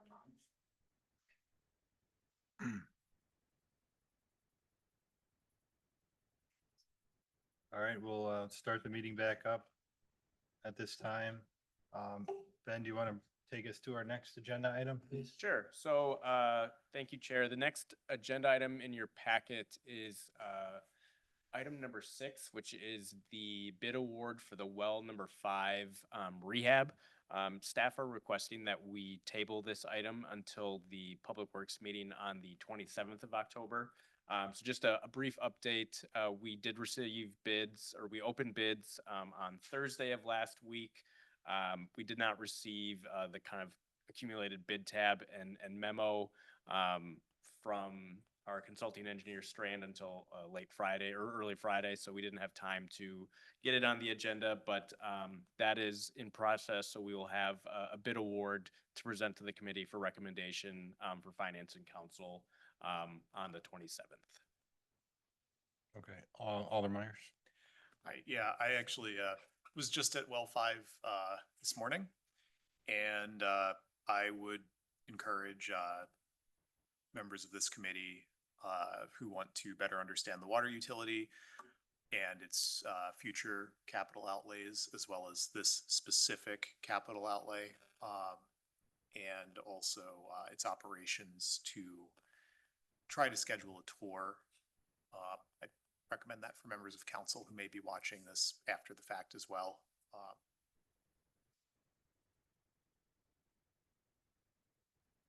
And Ben, I'm sure you're more than capable of coordinating with Mike to set that up. Yeah, absolutely. Please, please reach out and we can set something up.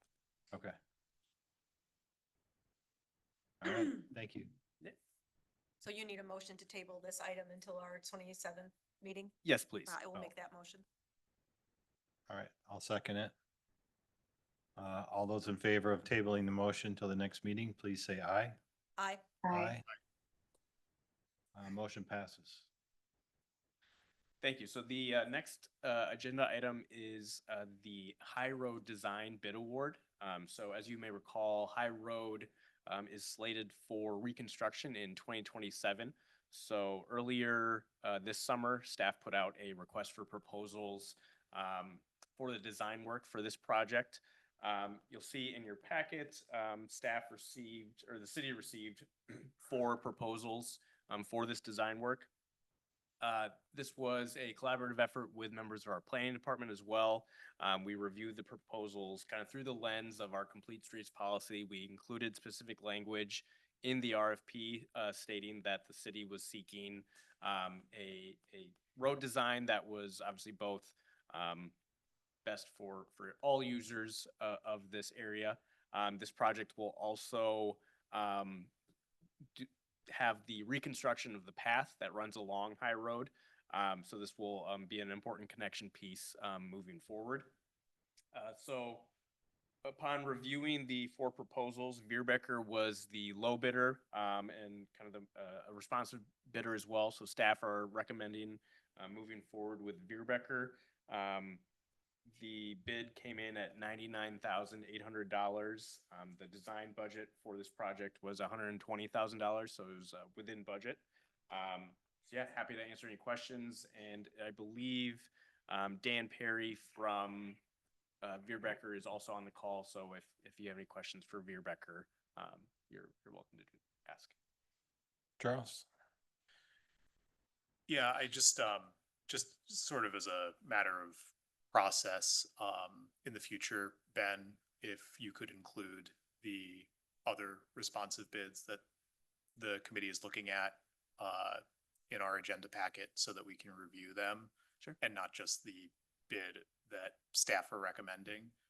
I think that we'd appreciate that, but, I'm comfortable with Veerbecker. We've worked with them on road reconstructions before. They've demonstrated an understanding of both the complete streets policy and the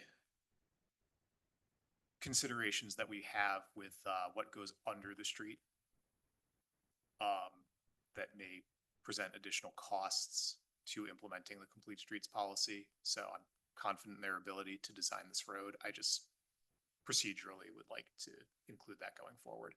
Yeah, we can certainly do that. Okay. Any other comments?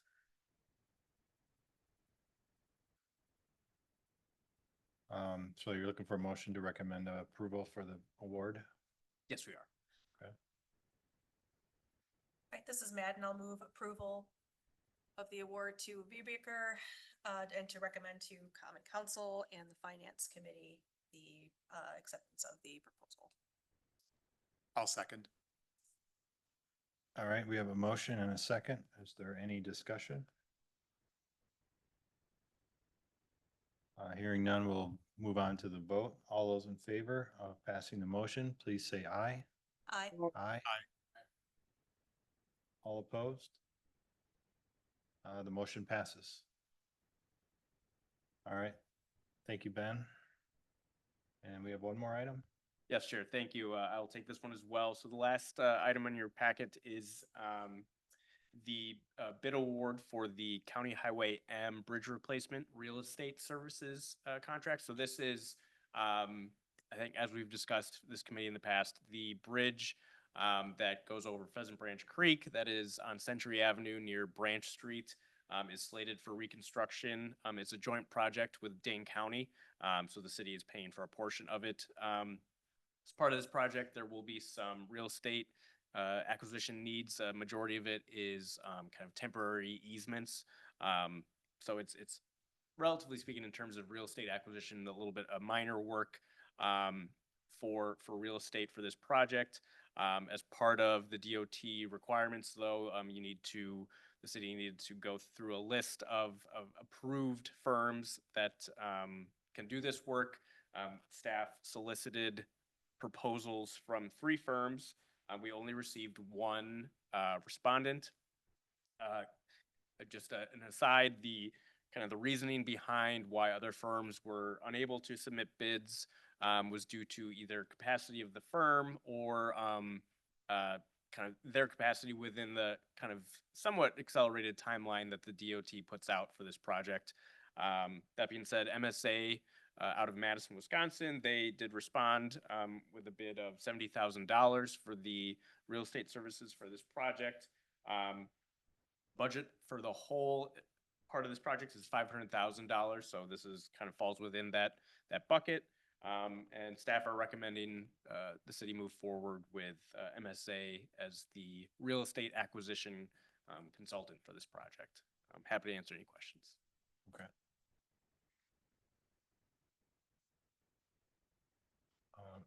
Are there any questions from the committee?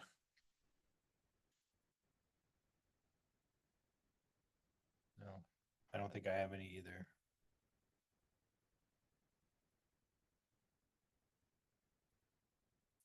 Do we have a motion?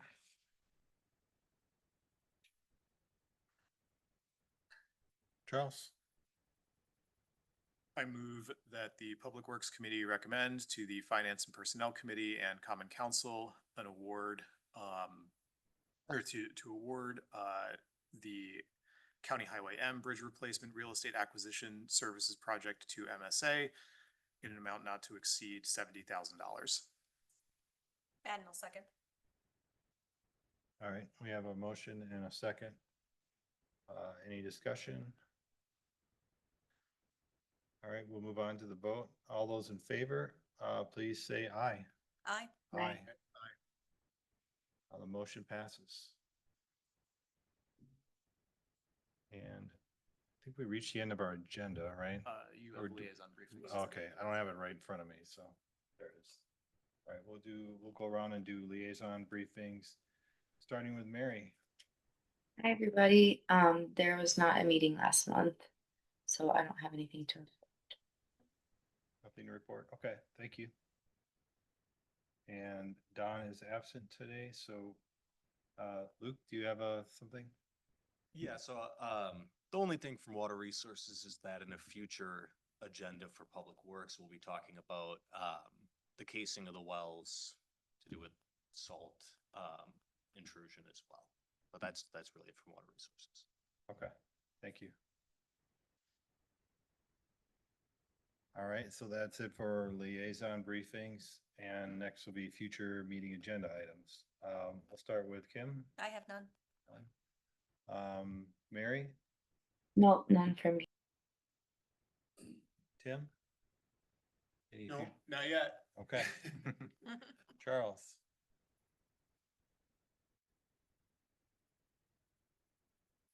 Discussion of the complete streets policy as it relates to expenditures by the stormwater utility.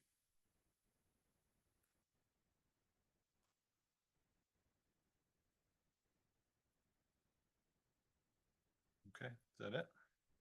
Yeah. All right, Just a light topic, you know. light topic. I don't have any. We can always send them to Ben within what? Go ahead. Yeah, thank you, Chair. I just wanted to highlight 2 items that that staff are planning on bringing to the 27th meeting. One is for the water utility, an addendum to the utility master plan, so that we have a draft report that is ready for the committee to review. That will be there on the 27th. We'll also bring the bid award for the well 5 rehab. And then staff also have a minor update to the leaf collection policy that we'd like to bring forward to the committee. Okay. And if anybody from the committee has any new agenda items, they can always send them to Ben ahead of the meeting. Yes, absolutely. So that concludes our agenda items, and so I will adjourn the meeting. Thank you, everyone. Yep.